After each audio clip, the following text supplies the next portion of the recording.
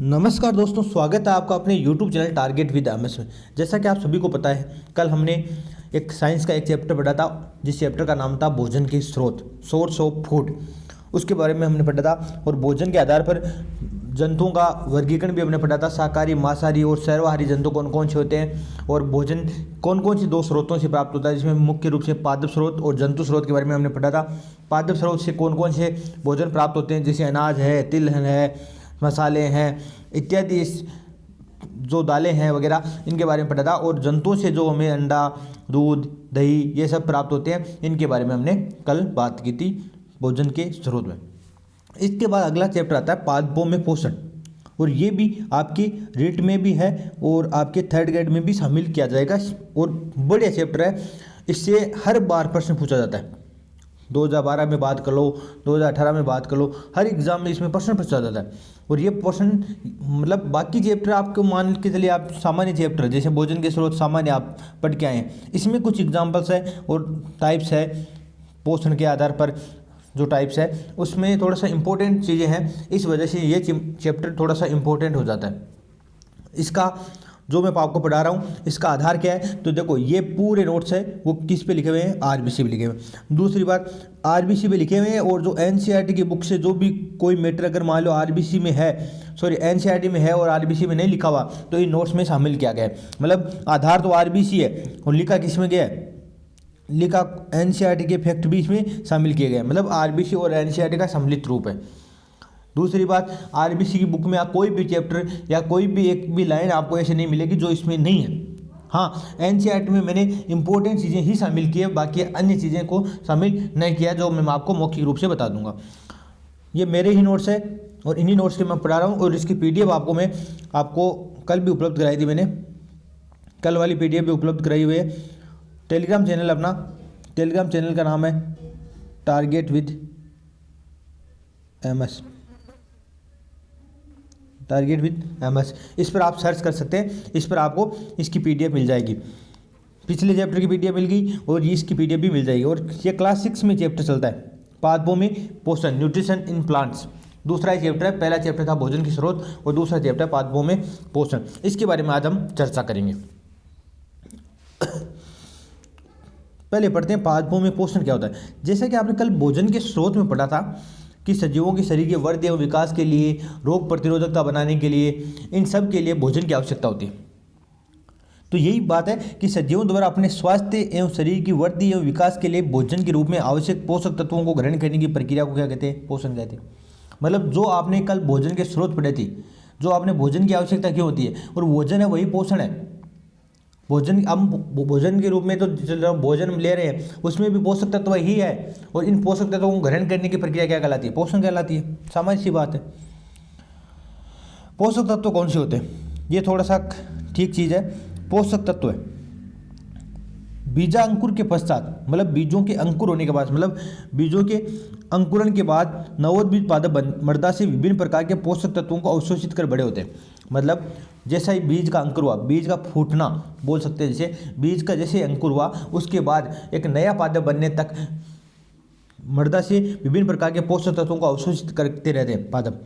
पादपों की सामान्य वृद्धि के लिए मृदा से प्राप्त होने वाले इन पोषक तत्वों को पादपों में मात्रात्मक आवश्यकता के अनुसार मुख्य रूप से दो भागों में बांटा गया।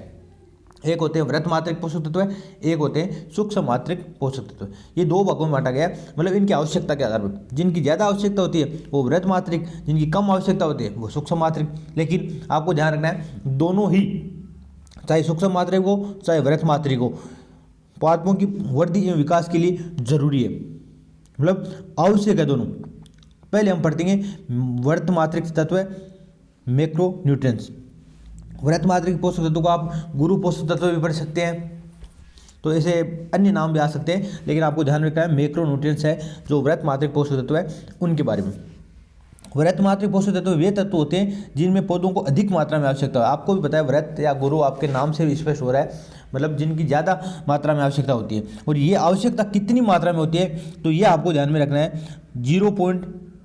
2% से 4%। अब देखो आप अलग अलग बुक पढ़ोगे, जैसे लुसेंट की बुक पढ़ोगे या कोई अन्य मान लो जैसे जो विज्ञान पर किताब चलती है उन पे अलग अलग बुक में अलग अलग ये दिया हुआ है, लेकिन ये 6 क्लास की किताब में दिया हुआ है। इसका मतलब आप इसके आधार पर चैलेंज कर सकते हैं। तो आपको यही याद रखना है 0.2% 0.2% से 4% तक, याद रखना 0.2 से 4% तक। ये 0.4 नहीं है, 4% तक, मतलब 0.2% से लेकर 4% तक इसकी आवश्यकता होती है, मतलब अधिक मात्रा में होगी। इसमें कौन कौन से आते हैं तो देखो, ऐसे तो carbon, hydrogen, oxygen, nitrogen, potassium, calcium, magnesium, sulphur और फास्फोरस ऐसे आते हैं। लेकिन आपको इस टाइप से याद नहीं रखना, इनको भी हम 2-3 भागों में बांट के पढ़ेंगे जिससे आपको आसानी से याद रहेगा। अगर आप सीधा याद करना चाहिए तो आप पहले CHO को याद कर लो। C का मतलब कार्बन, H का मतलब हाइड्रोजन, O का मतलब ऑक्सीजन। इन्हें बोलते हैं हम गैसीय तत्व। कार्बन, हाइड्रोजन, ऑक्सीजन गैसीय तत्व भी बोलते हैं या फ्रेमवर्क तत्व भी बोलते हैं इनको। इसके बाद आप याद रख लो NPK, नाइट्रोजन, फास्फोरस और पोटेशियम। इसके बाद आप याद रख लो कैल्शियम, मैग्नीशियम, सल्फर। इस प्रकार आप इसको याद रख सकते हैं। इनको तीनों को पार्ट में है, इसको बोलते हैं ये प्राथमिक तत्व है और ये द्वितीयक तत्व है और ये फ्रेमवर्क तत्व है। इस वजह से आपको इसको अलग अलग याद रखना है, ये सभी पूछा जा सकता है। तो अब इन वृहद माध्यमिक पोषक तत्वों को कितने भागों में बांटा गया है? 2 भागों में। एक तो प्राथमिक पोषक तत्व है, एक द्वितीयक पोषक तत्व है। प्राथमिक कौन से आते हैं? NPK, नाइट्रोजन, फास्फोरस और पोटेशियम। द्वितीयक में आता है कैल्शियम, मैग्नीशियम और सल्फर या गंधक बोलते हैं जिसे। NPK, कैल्शियम, मैग्नीशियम, सल्फर, ये आपको ध्यान रखना है। NPK ये तो क्या है? प्राथमिक। और कैल्शियम, मैग्नीशियम और सल्फर ये क्या है? ये द्वितीयक पोषक तत्व है। इसके बाद हम बात करें तो पौधों को कार्बन, हाइड्रोजन व ऑक्सीजन पोषक तत्व सामान्यतः वातावरण से जल एवं वायु में उपस्थित CO2 के रूप में प्राप्त होती है। एक तो वायु में उपस्थित CO2 और एक जल में उपस्थित CO2, इसके रूप में आपको कार्बन, हाइड्रोजन और ऑक्सीजन ये तीनों प्राप्त होती है। जल से देखो H2O होता है, H2O से क्या प्राप्त होती है? हाइड्रोजन। इसके अलावा जल में एक CO2 से कार्बन प्राप्त हो जाती है, ऑक्सीजन प्राप्त हो जाती है, H2O से हाइड्रोजन और ऑक्सीजन प्राप्त हो जाती है। मतलब ये पोषक तत्व है, एक जल से प्राप्त होते हैं और CO2 से प्राप्त होते हैं, इसलिए इन्हें फ्रेमवर्क तत्व या गैसीय तत्व भी कहा गया। कौन से तत्व कहा गया? फ्रेमवर्क तत्व या गैसीय तत्व भी कहा गया। तो आपको वृहद मात्रक पोषक तत्वों में क्या क्या याद रखना है? कैल्शियम, मैग्नीशियम, सल्फर ये द्वितीयक पोषक तत्व है, NPK ये प्राथमिक पोषक तत्व है और कार्बन, हाइड्रोजन और ऑक्सीजन ये आपको 9 तत्व याद रखना है। अब देखो, अब आप ये 6, 7, 8, 9 और 10 इन बुक्स में 6, 7, 8, 9, 10 में इन बुक में ये इतना ही मैटर दिया हुआ है, इससे अधिक नहीं दिया हुआ है। अब आप अगर मान लो कोई स्पेशल तैयारी करना चाहते हैं या RBC को हट के पढ़ना चाहते हैं, मान लो दूसरे हाई लेवल के पढ़ना चाहते हैं, तो इसके लिए आपको हर एक के बारे में लिखा हुआ है, हर एक के बारे में क्या क्या आवश्यकता है, हम नाइट्रोजन ग्रहण क्यों करते हैं, नाइट्रोजन की वजह से कौन सा रोग हो जाता है, नाइट्रोजन की कमी होने से कौन सा रोग हो जाता है, इन सब के बारे में आप 12th क्लास में 11th क्लास में पढ़ सकते हैं। यहाँ पे आपको इतना ही दिया हुआ है और मेरा तो यही है कि आप इतना ही पढ़ के जाए, क्योंकि प्रश्न इन्हीं से पूछे जाने हैं 10th लेवल तक। और 10th लेवल में जितना दिया हुआ है, अगर माध्यमिक शिक्षा बोर्ड एग्जाम कराता है दोनों, तो लगभग यही पूछे जाएंगे। इसके बाद आते हैं सूक्ष्म मात्रिक, माइक्रो न्यूट्रिएंट्स बोलते हैं उनको। मैक्रो बोला था, इनको बोलते हैं माइक्रो। क्या बोलते हैं? Micro nutrients. मृदा में उपस्थित कुछ खनिज लवणों की पादपों की स्वास्थ्य वृद्धि के लिए अत्यल्प मात्रा में, मतलब बहुत कम मात्रा में आवश्यकता होती है। इनको क्या कहते हैं? सूक्ष्म मात्रिक पोषक तत्व। पादप उत्कों में इनकी उपस्थिति 0.02% से भी कम होती है। देखो वो हमने पढ़ा था 0.2 से 4%, 0.2 से 4%, और इसकी मात्रा की आवश्यकता होती है 0.02%, इससे भी कम, लेस देन 0.02%, मतलब 0.02% से भी कम आवश्यकता होती है। इनकी अत्यल्प मात्रा भी पौधों की सामान्य वृद्धि को प्रभावित करते हैं। मैंने ये भी बताया था आपको, चाहे वृहद मात्रिक हो चाहे सूक्ष्म मात्रिक हो, दोनों शरीर की जो पादपों की वृद्धि है, सामान्य वृद्धि, उसको प्रभावित करती है। और इनकी कमी होने से कोई ना कोई पौधे रोगग्रस्त हो जाता है, कोई रोग हो जाता है। ये कौन कौन से है? इसमें लिखा हुआ है रोगग्रस्त हो जाता है। ये कौन कौन से है? जिंक है, तांबा है, मैग्नीज है, लो है, बोरोन है, मोलिब्डेनम है, क्लोरीन है, निकल है। अब इनको याद कैसे करें? तो याद करने के लिए सीधी सी एक ट्रिक है। इसको ट्रिक है, बोको कलमो मंजिन न फेरे, बोको कलमो मंजन नी फेरे, बोको कलमो मंजिन नी फेरे। ये एक सीधी सी ट्रिक है। बोको का मतलब बोरोन, को का मतलब कॉपर, कलमो का मतलब सीएल कल का, मो का मतलब मोलिब्डेनम, मंजन का मतलब मैग्नीज, जैन का मतलब जिंक, नी का मतलब निकल, एफ का मतलब आयरन। 2 3 4 5 6 7 8, ये आपके 8 है। बोको, को यानी कॉपर तांबा, क्लोरीन, मोलिब्डेनम, मैग्नीज, जिंक, निकल और आयरन। ये आपको ट्रिक याद रखना है, बोको कलमो मंजन नी फेरे। अब इसमें ट्रिक नहीं लिखी है तो आप रब को भी लिख लेना, और आप इसमें जब आपको पीडीएफ उपलब्ध कराई जाए तब आप उसमें ऊपर लिख लेना, ये ट्रिक याद रह जाएगी। बोको कलमो मंजिन नी फेरे। उसकी तो क्या थी, CHO थी, NPK और कैल्शियम मैग्नीशियम सल्फर, ये 3 6 9 तत्व थे, तीनों की ट्रिक थी अलग अलग। इसमें बोको कलमो मंजन नी फेरे, बो को बी और कॉपर, बोरोन और कॉपर, क्लोरीन कलमो, कल का मतलब क्लोरीन, मो का मतलब मोलिब्डेनम, मन एमन, जन जेडन, नी NI, फेरे FE। इस प्रकार आप याद कर सकते हैं इनको। ये है आपके सूक्ष्म मात्रिक पोषक तत्व जिनकी आवश्यकता 0.02% से भी कम होती है। अब ये पढ़ेंगे हम पोषण के आधार पर पादपों का वर्गीकरण। मतलब कल भोजन के स्रोत के आधार पर जंतुओं का वर्गीकरण पढ़ा था, आज हम पढ़ेंगे पोषण के आधार पर पादपों का वर्गीकरण, कि जिस पोषण के आधार पर कौन कौन सी प्रकार के पादप होते हैं इनका वर्गीकरण पढ़ेंगे। तो देखो हम पढ़ेंगे एक तो स्वपोषी, एक पढ़ेंगे परपोषी या परजीवी जिसे विषमपोषी भी कहते हैं, एक होते हैं कीटभक्षी, एक होते हैं मर्तजीवी, एक होते हैं सहजीवी। ये 5 प्रकार के पौधे होते हैं, इनके बारे में हम अध्ययन करेंगे। पहला है स्वपोषी। सामान्य सी बात है, जो अपना भोजन स्वयं बनाते हैं वो क्या कहलाते हैं, स्वपोषी कहलाते हैं। वे पादप जो सूर्य के प्रकाश से अपना भोजन स्वयं बनाते हैं स्वपोषी कहलाते हैं। तथा पोषण की इस विधि को क्या कहते हैं, स्वपोषण कहते हैं। जो अपना भोजन स्वयं बना के, जैसे पेड़ पौधे अपना भोजन स्वयं बनाते हैं तो उनको स्वपोषी कहते थे।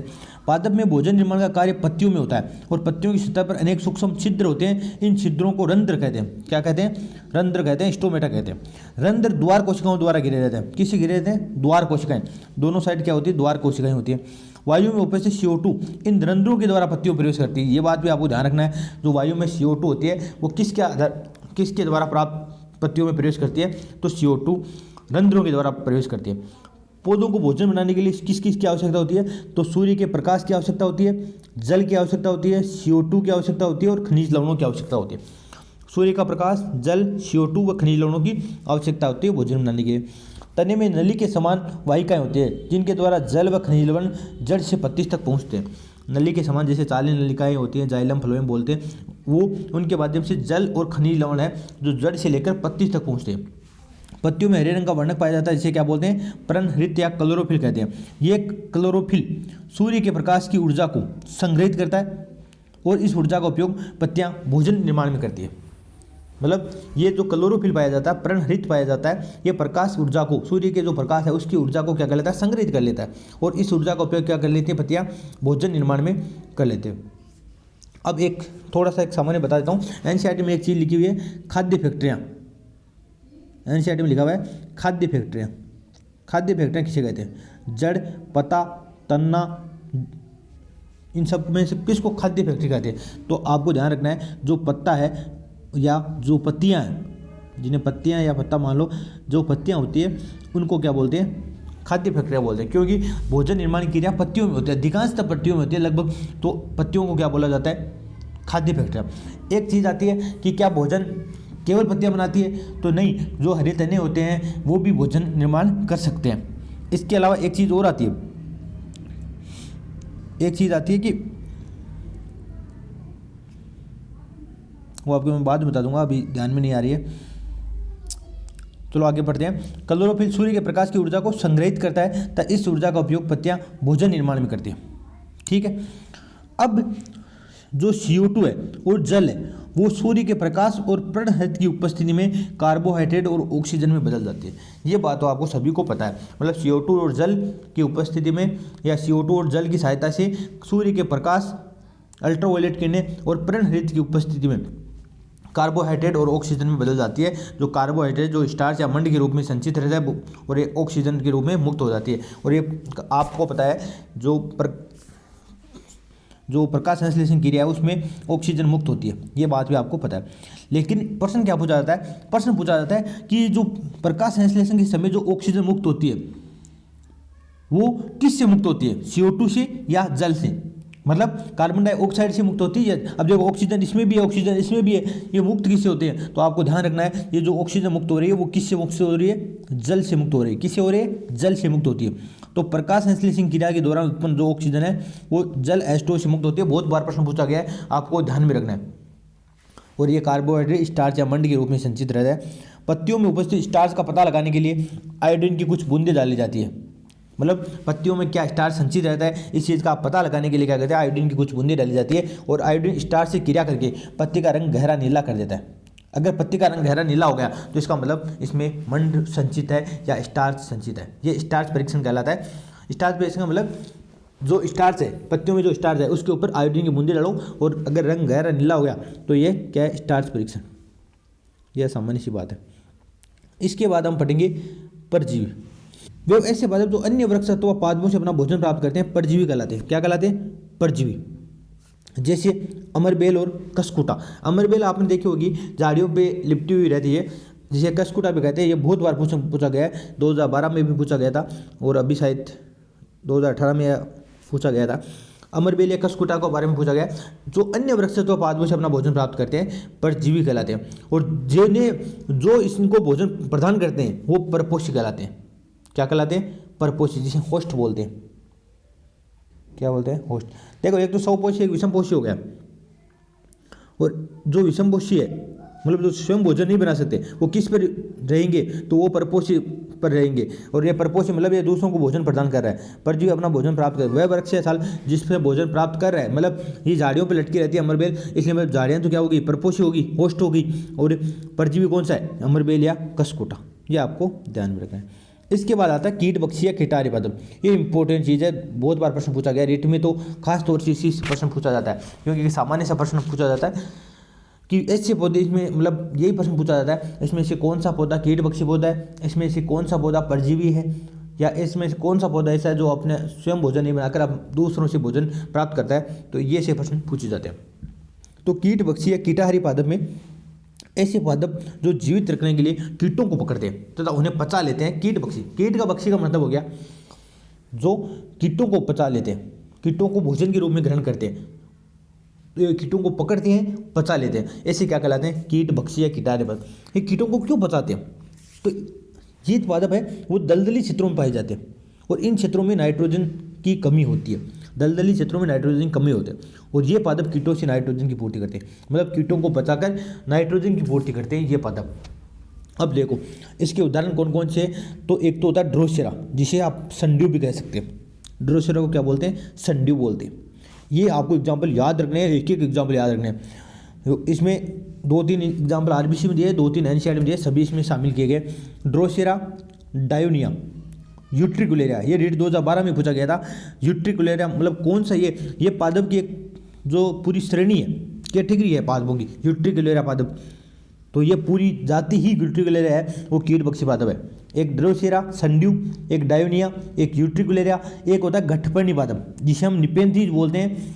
कुछ किताबों में पिक्चर पादप भी कहा गया है, इसको पिक्चर पादप बोलते हैं, गठपर्णी पादप कहते हैं, निपेंथीज कहते हैं। और इसमें जो गठपर्णी है, जो ये पादप का रूपांतरण है, मतलब एक पादप है वो घड़े के समान हो जाता है इस प्रकार, और ऊपर एक पत्ती होता है इस प्रकार होता है, इस प्रकार, और एक ऊपर यहाँ से एक पत्ती होती है। ये पत्ती अगर इसमें कोई भी कीट अंदर आ गया तो ये पत्ती ऊपर से ढक ली जाएगी, इसका मतलब इसको अंदर ही अंदर पचा लेंगे।